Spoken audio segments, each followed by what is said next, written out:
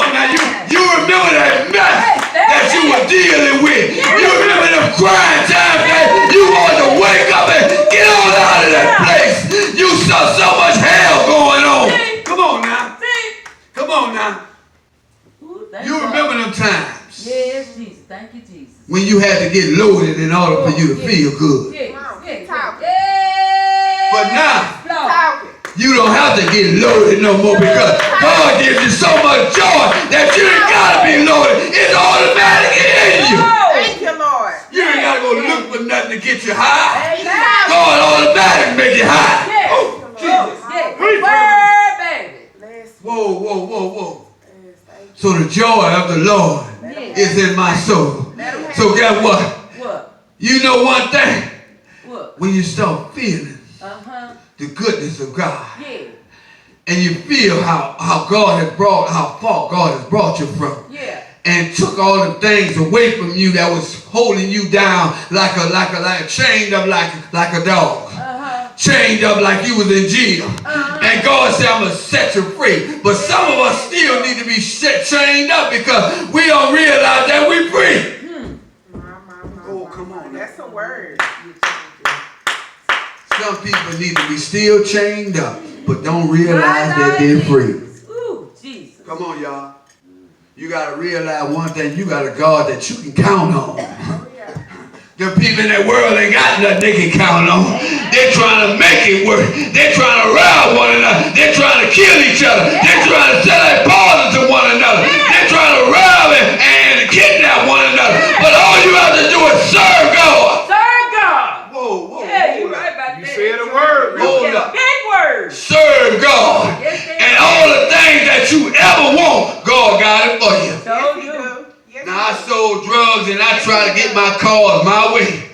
But God said, baby, if you just do it my way, I guarantee you won't have to worry about the repo man coming through because I got it, took care of I paid the full price for your car. You do it. Man, come on. Yes, he will. Come on, y'all. Yeah. All that dope that you sold, all them hard times that you had, all that time walking around in that darkness wasn't worth nothing. Come on now. You realize and you see in yourself that, man, I don't want to go back that way. No, come on, y'all. No. Do you remember them dark rooms? Oh, yes, Lord. See, sometimes we got to look back. Yes, Jesus. And that will run us back to the right thing because we start looking back to all the other things. Now I will go back there. Yeah. Because see, sometimes you want to look in that direction, but God said, Yeah, won't he do it? I said, Yes, you already know what's going on over there. Yeah. So if you go on over there, you might be over there for longer than you want to play. Yeah. Come on now. Yeah. I'm saying. Yeah. See, we want to go play a little while thinking we can come on right back. Yeah. But I need to let you know when you go playing around, it might not be as easy to come on back because every time you go back, it ain't easy to come back. Come on, y'all. Yeah. It ain't easy to come back. God loved us so much, church, that he was willing to sacrifice his own self for the salvation of the whole world. But the thing is, what are you willing to sacrifice for God? Yeah. Do you love God enough? Yes. Whereas you'll love the way God wants you to love? Yes. See, a lot of us still I ain't about to do all that God, because that rubbed me the wrong way. Oh. I'm going to have to show that rock what I'm made of. You know what I mean, Lord? Turn your head, because we about to get our scuff on. Go ahead. But God said, revenge is mine, says the Lord. So we have to realize sometime, church, that instead of God taking charge, we try to take charge. We try to do God's duties. All right, we're going to go to Romans 7. Give you something more on this stuff here, what God is talking about. Talk about little Paul, the man that was totally against God. The man that was Saul, the man that was walking in darkness. The man that loved darkness more than he loved light. The same man. Here we go, church. Amen. Yeah. And look at this. This man here, Saul, the man that was totally against God, became one of the God lovers. Hold on. You mean to tell me this man was so evil and so wicked, so lost, not knowing the truth? Yes. He became one of God's #1 men. So you can't tell me what God can't change around. You know what we're saying today. Yeah.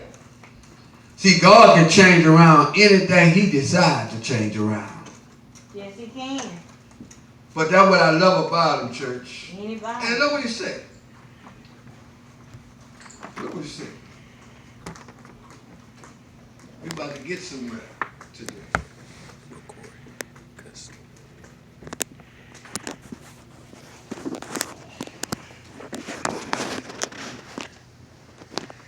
All right.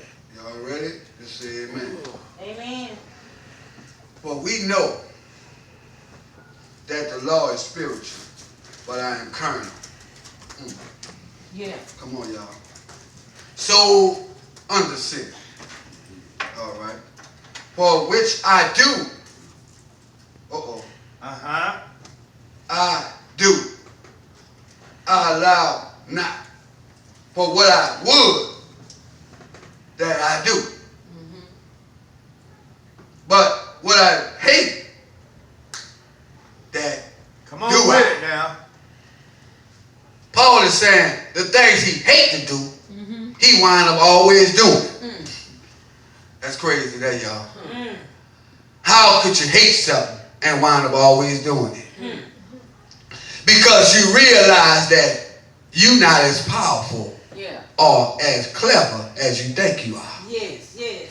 Sometimes you have to get into God's cleverness. Yes. Because our cleverness is not the way. God's cleverness is the way. God's way is the way. So, see, sometimes we got to move out the way and let God do what God do. Say that. See, we got to realize that Paul was fighting with his own self. Hold up. Paul said, I have a problem with my own self because I know to do right, but I always do wrong. But then when wrong come on me, I feel like I did so much wrong that I don't want this. But I still choose to do wrong. Yeah. Come on, y'all. He said, I still choose to do wrong, and I know it's wrong. Yeah. Come on, y'all. Preach You it, know how Reverend. it is sometimes. We know it's wrong, but we do it anyway, and when the consequences come up, we feel like, oh man, it shouldn't be that hard. But we have to realize when you do wrong, consequences come with it. Yes, That's right. That's right. So Paul was realizing and looking within himself, he was wondering why he kept on doing something wrong. But then he realized that he had a problem with it in his own self. It wasn't the king. It wasn't a white man. It wasn't a black man. It was his own self. He realized that he had a problem with him. See, some of us, we looking for everybody else at fault, but not realize that the fault lies in you. You have to realize that you got some stuff in you that you need to get rid of. See, you looking for everybody else at fault instead of yourself. So you look at everybody else, not realizing that the problem is in you.